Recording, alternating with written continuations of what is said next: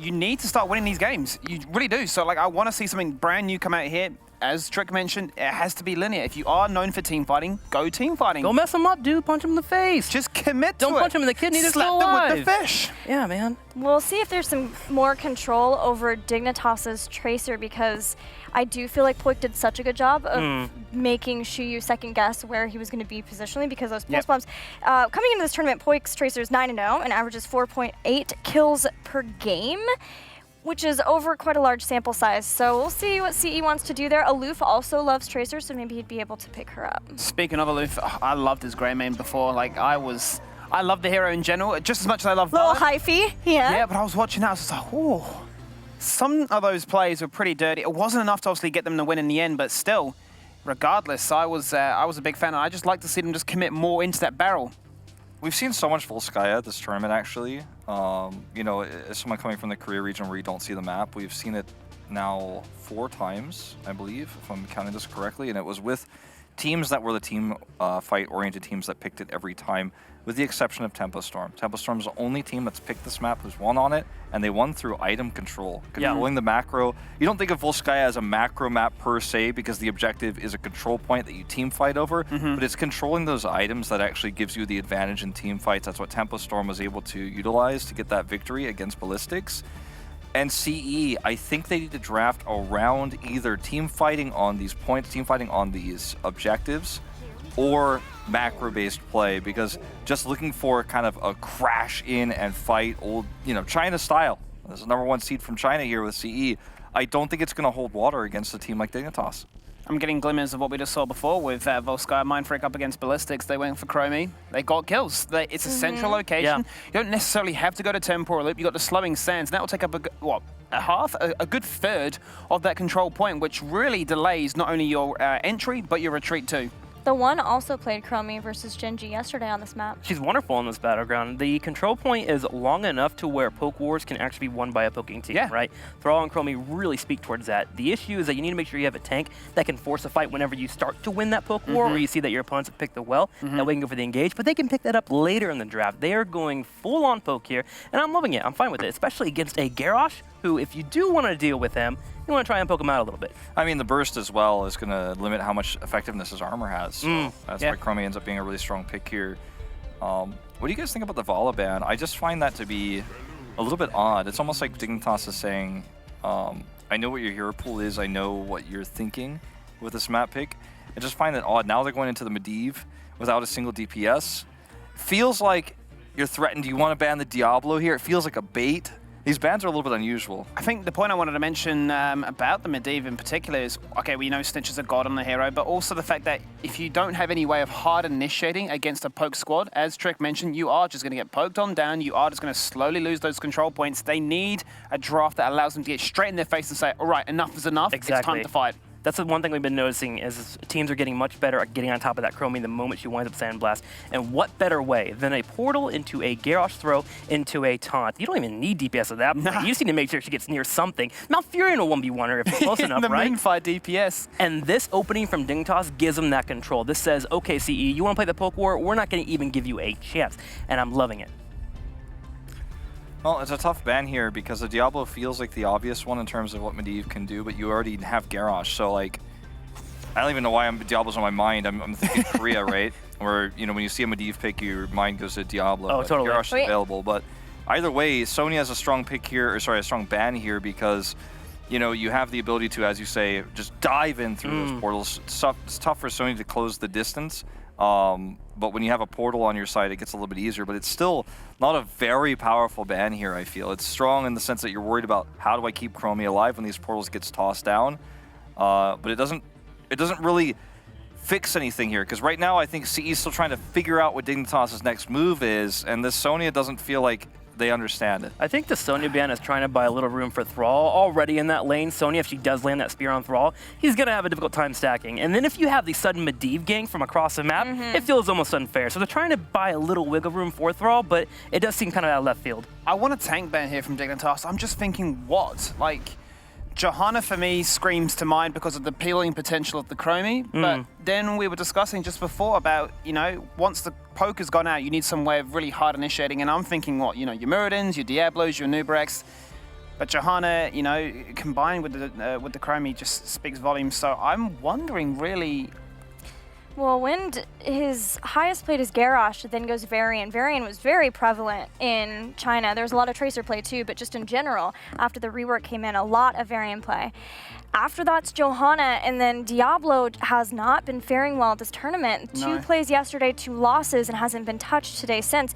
So we're really starting to get down into the weeds of what possibly could be the pick for Wind here. And as we've talked about, Wind, you know, he feels like one of the carries of the team, but if he's not on something that he feels completely comfortable on, that could really hurt the team fight for CE. But they're going to bring him back, and it's fighting with a lot of fire with these two. And that's a Alex Strasser combo I'm much more happy with, right? You got the globes on both sides that can really complement each other, which gives you that innate sustain. So that for me is fantastic. Diablo will have a lot of interactions, much like Infernal Shrines, to be able to get some collision and start things off. The big thing for me, the big outlier, is the Lightning Breath. How much of that can just be nullified by Medivh, especially when that Force of Will comes down. He goes, what damage? Exactly, and can we also appreciate the pun there from Gilly? A fire pickup between Alex Raza and Diablo. I see what you're doing there. Wonderful. Casual shoulder brush. Thank you very much. You know, Diablo can jump in on somebody who pops out of a portal, but with Medivh having the ability to protect whatever the target is after that moment, that brief moment where Diablo's trying to lock someone down, Chromie's trying to do that damage, I don't know how impactful he's going to be. This is not his greatest map either. He has to fight in wide open spaces. The control point doesn't have a lot of things he can smash people into, and a lot of walls, not a lot of choke points. I think this is a hero pool problem, like you were talking about earlier, Gilly. I think it does give a little control to portals, but ooh, indeed. Phoenix coming in, and Valera as well from Dignitas. Welcome back to the Okay. Nexus, All right. Valera. Oh! Okay, poke, poke, poke, and control is the name of the game here for CE with a Probius pick coming in. This is what you wanted during the Mind Freak series, let's be honest. You're getting your wish now in a much more intense series. We've seen this. We've seen a draft like this actually in Korea, where you use Probius and Alex Strasser. You build the shields with Probius on the pylons. You look for longer fights. Yeah. And then you basically wear them down. You poke them down. Probius does a lot of chip damage. It's kind of like a mage, sort of. But he becomes kind of a support because it gives you those shields. You have the Alex Strasser heals coming through. You're poking with Chromie. You're poking with Probius, excuse me. But my biggest concern is, can Probius deal with the Valera? You know, he's not I have any know, help. that's what I'm terrified Well, of. here's We the have to go thing. into predictions, but you bring it up when we, I like the idea with the Probius. It actually makes me like the draft more funny enough, but, as it is. But I have to go with Dignitas here. I think their draft is more standard. As standard as it gets when you have a Medivh, Valera, Phoenix. Sure. But I think their draft is stronger. I think they're a stronger team here.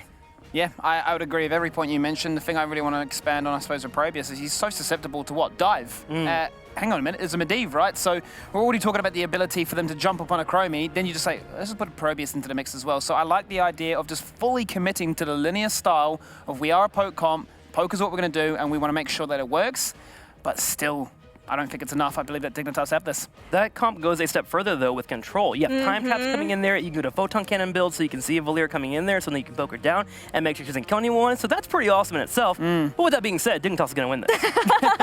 I think the big question here is, did CE have this planned? They obviously had this plan from the beginning, but are they still confident playing the Probius into that? Yeah. Or were they just like, we're too far gone, boys, like this is it, we're gonna keep going committed. with this. Yeah, we're committed, we're gonna pull it out anyway.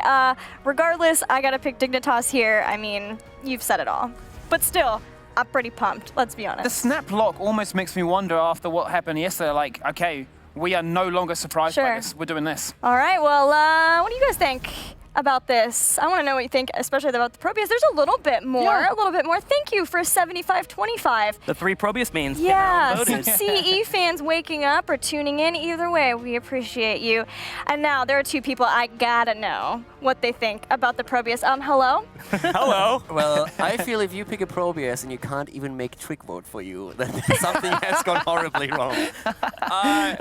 I mean, conceptually, it makes a lot of sense, right? Every hero is so territorially controlling that it is amazing on the composition of CE, but you guys highlighted it. Between Medivh Valera, I'm very scared for this little pro. We didn't really mind the Probius pick, but after Valera and snapping into Probius, that shows a lot of confidence, and I really want to know if that's justified. Well, let's do it then. Get to it. I can't help but feel like it was one of those situations, you know, as they said before, where it's like we're already committed, you know, double down. Like, you know, we've entered the rabbit hole. Now we can't walk out of this situation, boys. We're going in.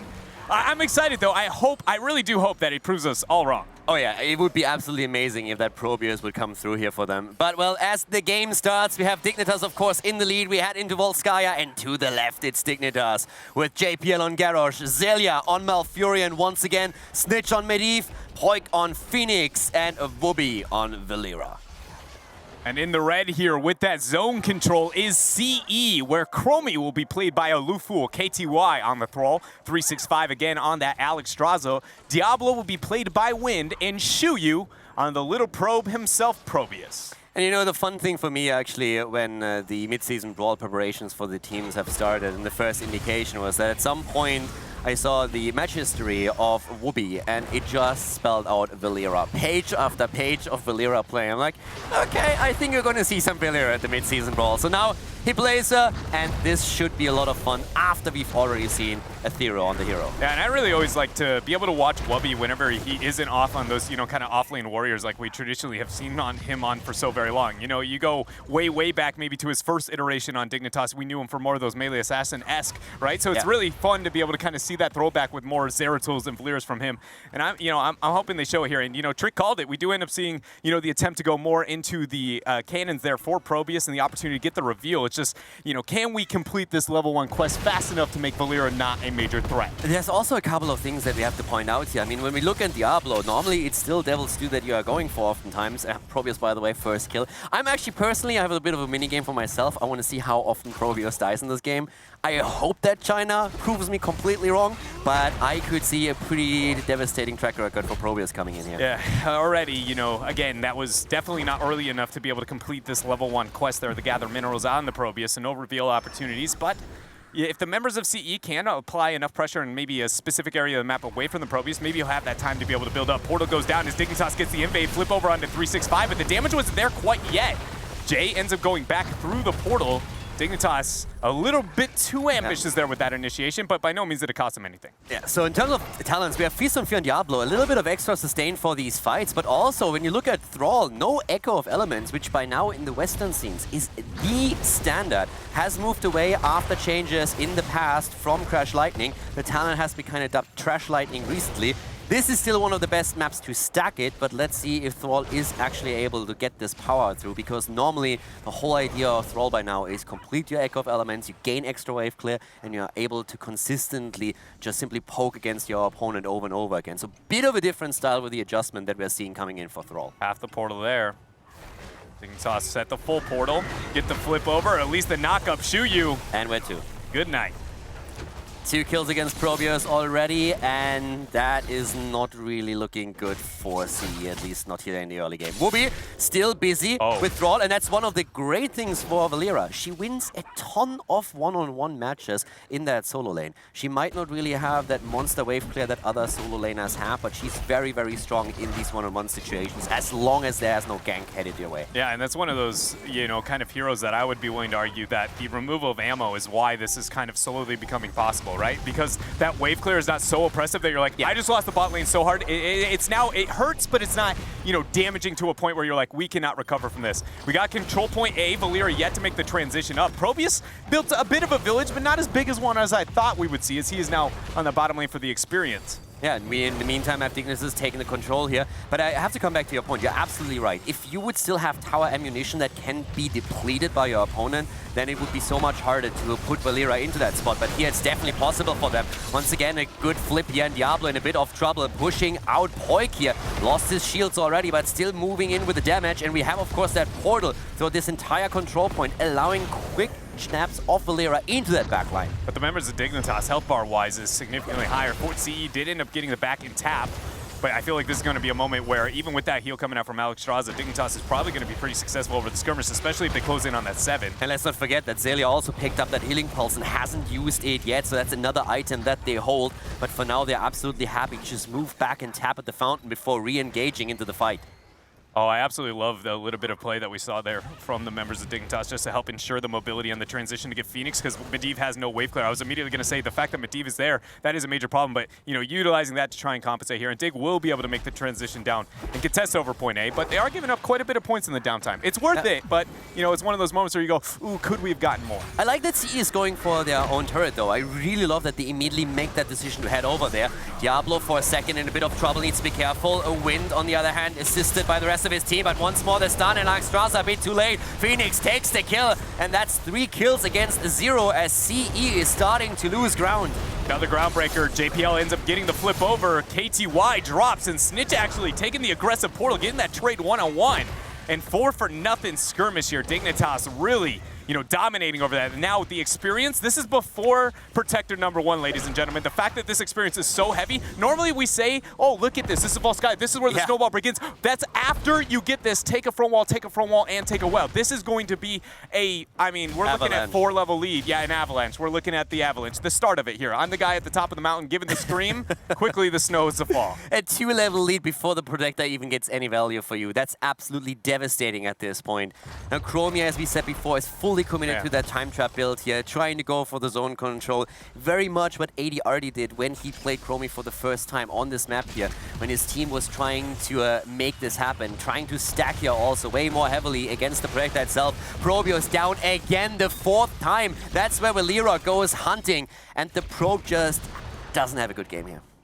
Yeah, and I'm not even going to say that this is, by no means a play situation. We talked about it. We gave all the fears of this composition very clearly on the analysis desk, and it very much is coming to life here at this game. Dignitas now with the 10 advantage. It's really, normally, again, we do the math problem, front wall well, but the world is theirs. I would not be surprised if, honestly, they just threaten to keep into the earlier stages of this game. Granted, it's kind of an interesting conundrum with this big of a lead. Which keep is the most valuable? Because typically you go, in the long run, the win conditions through bottom.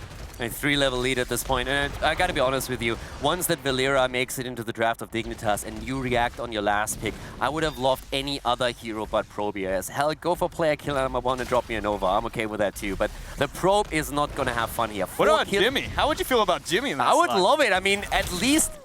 Yeah, she's just killing everything right now. Valera moving across the map, taking down Chromie. The Probe doesn't even bother showing anywhere anymore. Hugging the fort at this point, just making sure that Valera is not able to move in here. Shuyu has so much respect for those heroes now. And the original release for Probius, wasn't he like this little guy on his own while the rest of his team was constantly fighting everywhere? Because that's a little bit of what it feels like it's getting to at this point. He can't leave. The minute he does, he's like, oh, there's a wubby, there's immediate silence, getting the one-shot here. It's difficult, but I will say, Dignitas is more passive with this 10 advantage than I expected. By no means is this going to be, this is enough for the opponent to maybe get an immediate recovery, but I expected them to at least double structure, and that being either a keep or a double fort. What I actually think is that Dignitas is so far ahead that they said, let's just play the safe, because if they get kills against us, with the underdog bonus, they actually have a chance back into this. And if you fight under a fort, there's always a chance that Chromie hits you with a real, that you get locked down, by Diablo. There's maybe a follow-up Wolf on Thrall, and then Chromie gets the hit in. So I think that's one of the reasons why they did play it a bit safe, because they're so far ahead that it's just more effective for them to simply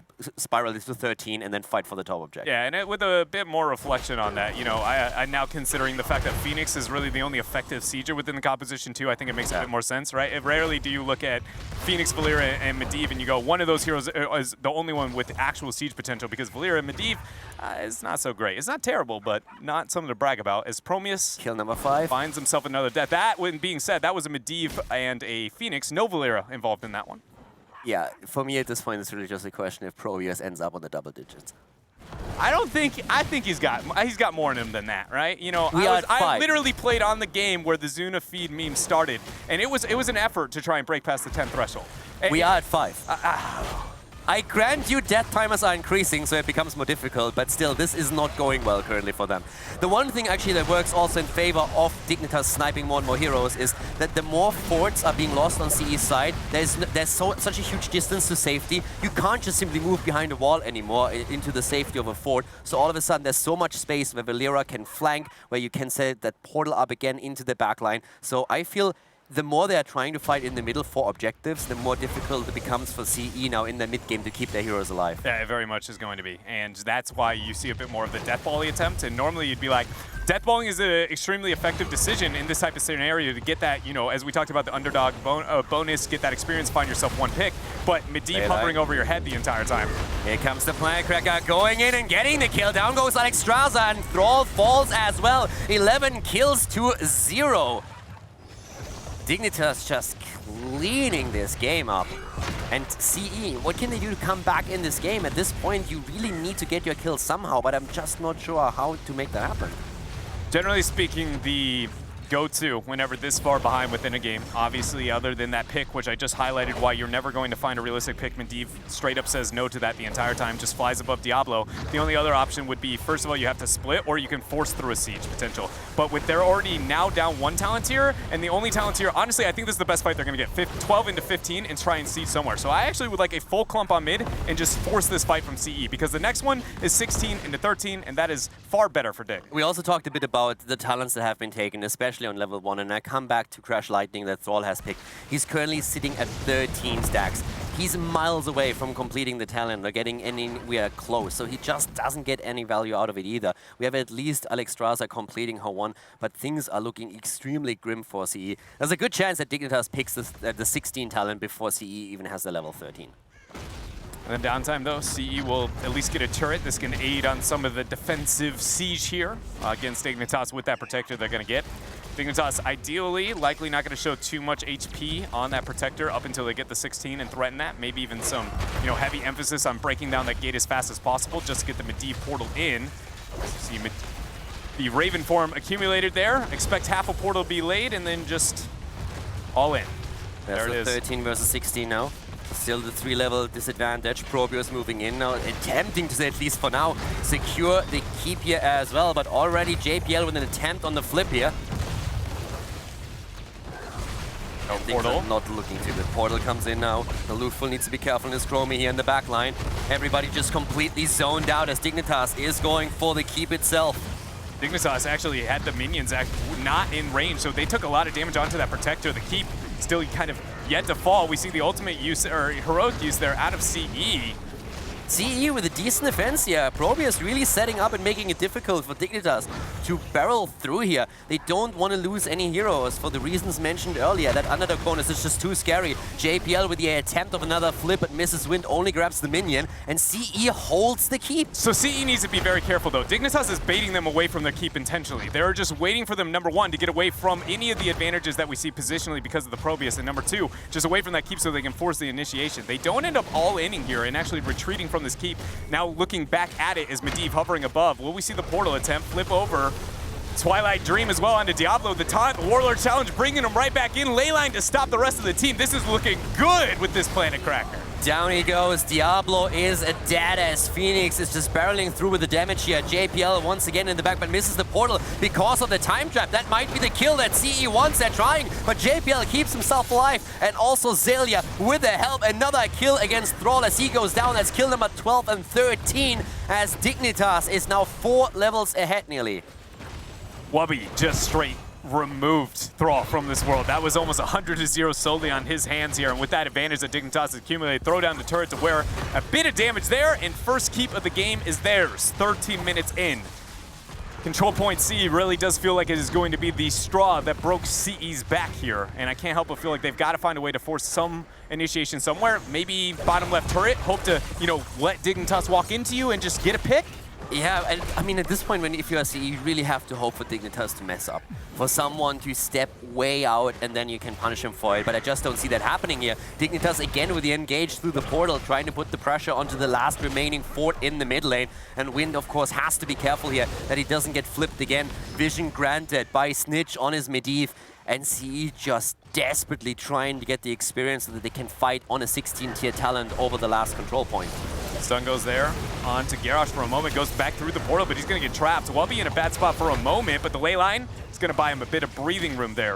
Over the pylons being empowered for a moment, and that kind of disengage around that is part of the reason why we don't see too much Probius. I mean, there are a lot of reasons you could list, but I can't help but feel like that is one. How difficult it is to gain value there out of that heroic. once again moving in and moving out here through Medivh and trying to put the pressure on. We didn't have Planet Cracker ready when the ley line hits. There were a few seconds left on the heroic ability of Poik, but he of course can set that up. Now once again the portal comes through as they're moving in for potential 14th kill here, looking for the target now. 16 is achievable over this next point if CE is willing to split themselves up and look for side soak. The problem is that none of those individuals for the side soak can be anybody with reasonable wave clear other than maybe Thrall. And even after that last skirmish, I'm not sure that Thrall can really make that happen because the statistical advantage is pretty significant here for Dignitas. I mean, gonna eat Wubby's damage. Ends up getting the timeout. Wubby with the portal can still move out.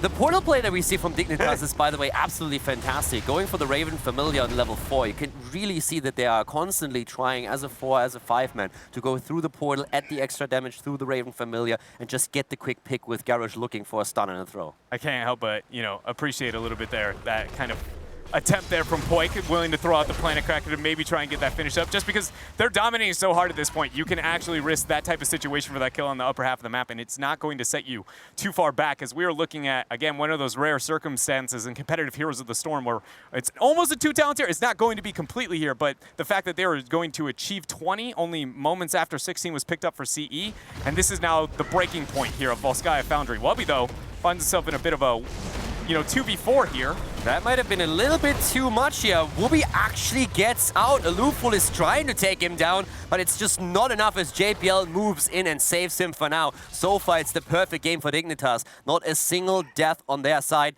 and now the Protector is starting to move in as well. Protector online, 20 soon to follow up. How much can Dig make happen with it here?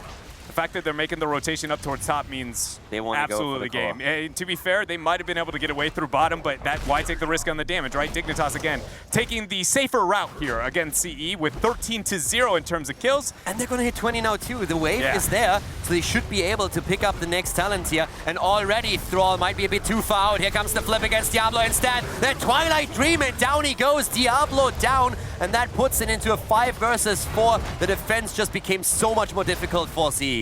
CE on the last stand here as the Punisher or Protector ends up making it to the core. Planet Cracker goes down, timeout ends up being used. The Luful will be able to survive this, but I can't help but feel like the core does not share the same fate.